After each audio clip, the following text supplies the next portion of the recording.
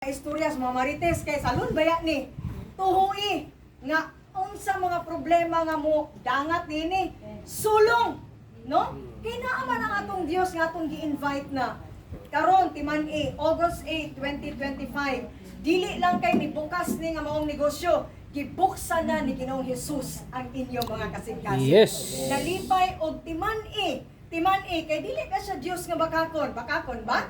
Dili. Kita naman, nagabakak-bakak sa itong kaugalingon. Diba? Oh man.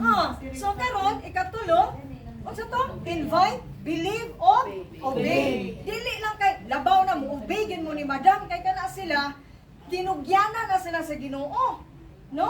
Dili mag, taka-taka, buot-buot, og schedule, absent, nga wala diay nga gisugo ni madam sa iyang mga kliyente niya. Unsa naman? Wa na'y halin. Kaya nga no, gipasunabi man ang mga gipangbati sa kuan, unod nun nga bahin. So, tuon ni madam nga gipiyalan sa maong Ginoong Hesus ug trabaho sa tanan, magtarong sa ato ang mga trabaho. Amen? So, karon congratulations sa mga Kristohanon nga nagtuo nga gi-receive, no? Gidawat na nila ang atong buhi nga Dios, si Jesus Christ.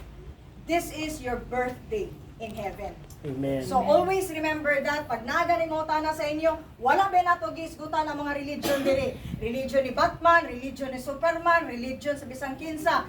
Gihisgutan ba nako sugod ka ganina pagsaka pa lang ginamo Ginoong Hesus na ang ngalan nga ato ang gipatigbabaw niini nga lugar. Amen? Amen. So salamat kaayo nga inyo nang gidawat si Jesus Christ. Always invite Him. Pag may problema, Lord, diba, itong August 8, 2025, ingon ka, panilngi siya. Ayaw si pastor. Kaya instrumento lang si Pastor Jundi.